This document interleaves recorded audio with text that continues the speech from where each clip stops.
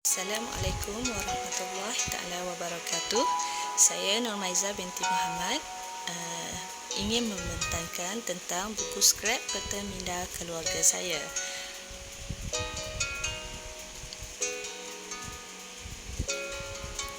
Okey, ini adalah panggilan dalam keluarga saya. Suami saya dipanggil ayah oleh anak-anak mereka. Saya sendiri dipanggil ibu dan anak sulung saya dipanggil kakak. Seterusnya, anak bongsu saya dipanggil adik. Dan ini adalah family tree, pokok keluarga pada keluarga saya lah, antara memori-memori yang kami simpan. Okey, seterusnya ini keluarga saya yang terdiri daripada suami saya yang bernama Ain Mustaqim bin Rahman, diri saya sendiri Nurmaiza binti Muhammad, anak sulung saya, anak pertama saya Nur Aminah Mikaila binti Ain Mustaqim, dan anak kedua saya Aishmatin bin Ain Mustaqim. Okey, kita dapat lihat slide pertama saya, iaitu berkaitan dengan penghayatan etika dan peradaban dari segi suami. Okey, suami saya bernama Ain Mustaqim, berumur 28 tahun. Okey, antara peranan suami, definisi suami adalah seorang lelaki yang dinikahi oleh seorang perempuan dengan cara yang sah.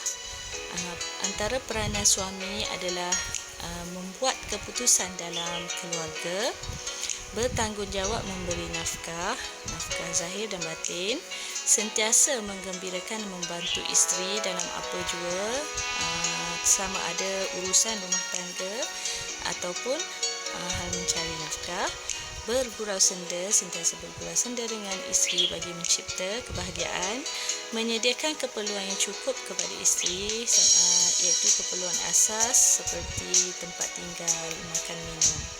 Seterusnya, tidak memperhambakan isteri, tidak menjadikan isteri sebagai hamba, bertolak ansur dalam apa jua permasalahan yang timbul, serta melindungi rumah tangga daripada ancaman.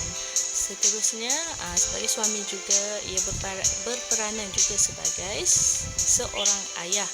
Okey, peranan seorang ayah ialah mencurahkan kasih sayang kepada anak-anak.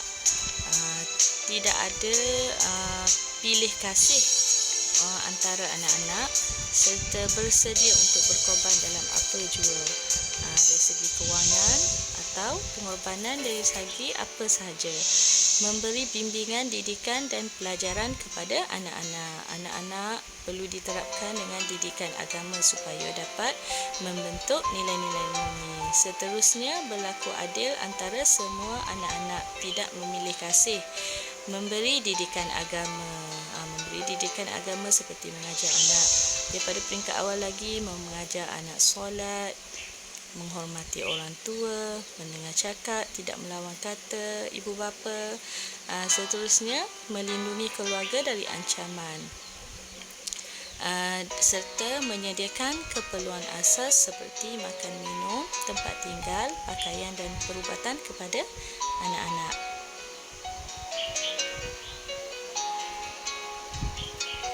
Okey, seterusnya, peranan isteri. Isteri adalah seorang perempuan yang telah dinikahi oleh seorang lelaki secara sah, dari segi agama Islam lah. Okey, peranan isteri adalah menghormati dan mentaati suami. Sebagai seorang isteri, saya perlu mentaati dan menghormati suami, serta menjaga dan menguruskan rumah tangga. Supaya terciptanya rumah tangga yang harmoni. Seterusnya, tidak keluar rumah kecuali dengan keizinan suami. Apabila ingin keluar rumah, perlu meminta izin suami terlebih dahulu. Menyempurnakan makan, minum dan pakaian suami. Okey, sebagai seorang isteri, saya mesti menyediakan pakaian, makan, minum suami. Seterusnya, sentiasa menjaga hak suami lah. Okey, sebagai seorang ibu pula, sebagai seorang isteri dan seorang ibu, saya perlu mendidik terutamanya anak perempuan berpakaian sopan dan menutup aurat. Okey, daripada peringkat awal lagi kita perlu mengajar anak-anak supaya berpakaian sopan dan menutup aurat, tidak mengajar anak-anak berpakaian seksi daripada masih kecil. Sebab apabila kita daripada awal telah mengajar anak kita berpakaian tidak sopan, maka sikap ini akan membawa kepada mereka apabila mereka dewasa kelak.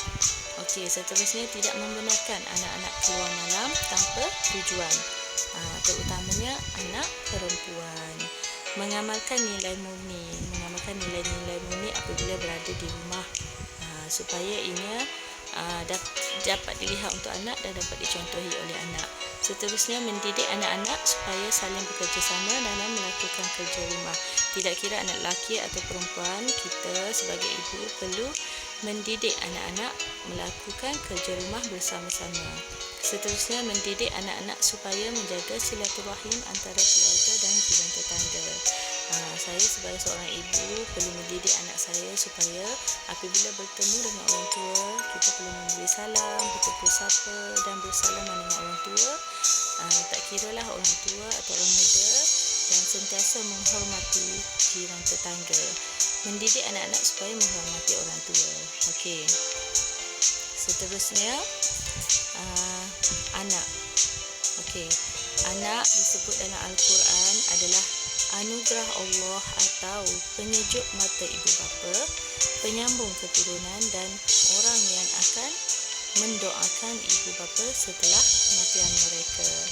Okey, peranan sebagai seorang anak perlu menghormati ibu bapa, tidak kira anak lelaki atau anak perempuan, mereka perlu menghormati ibu bapa dalam segala hal.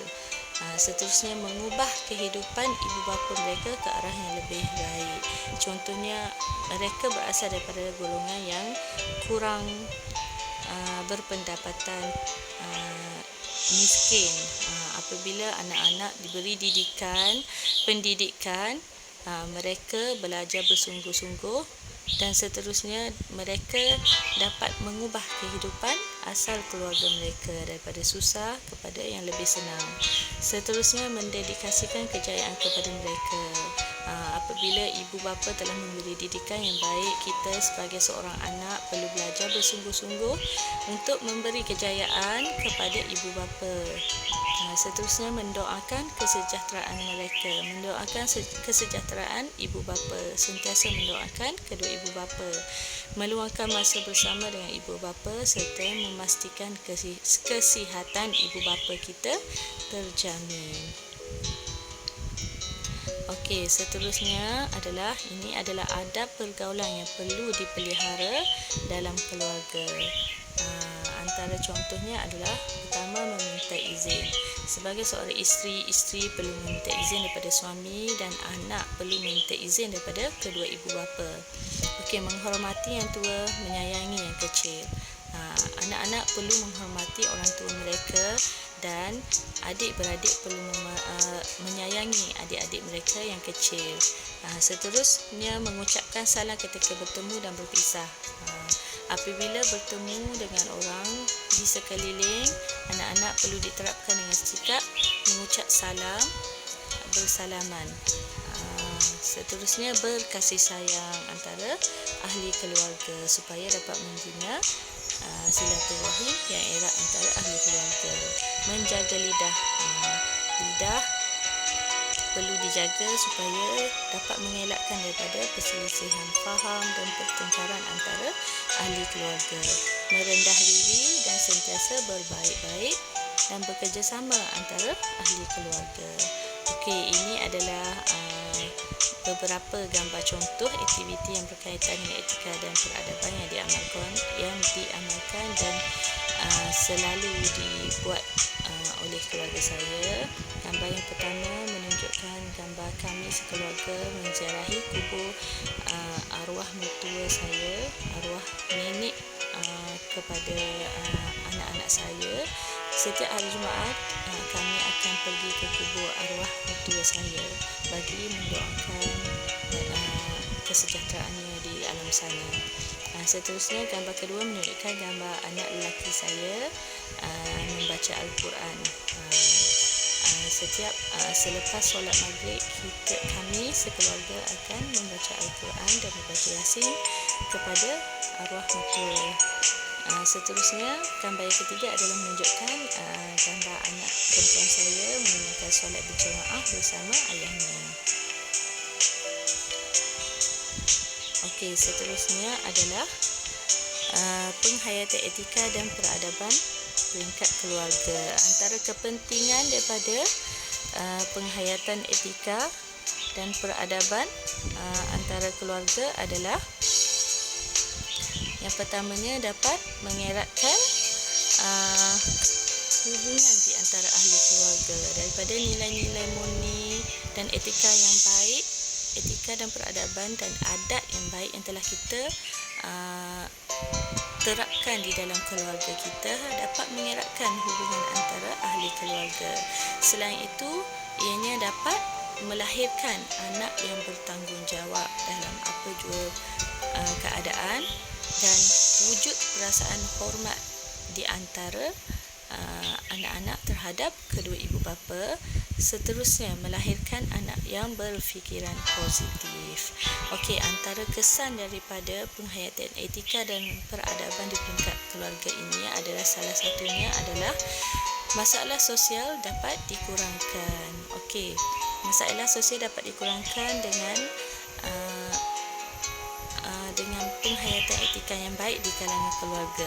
Selain itu, ianya dapat juga melahirkan generasi muda yang cemerlang.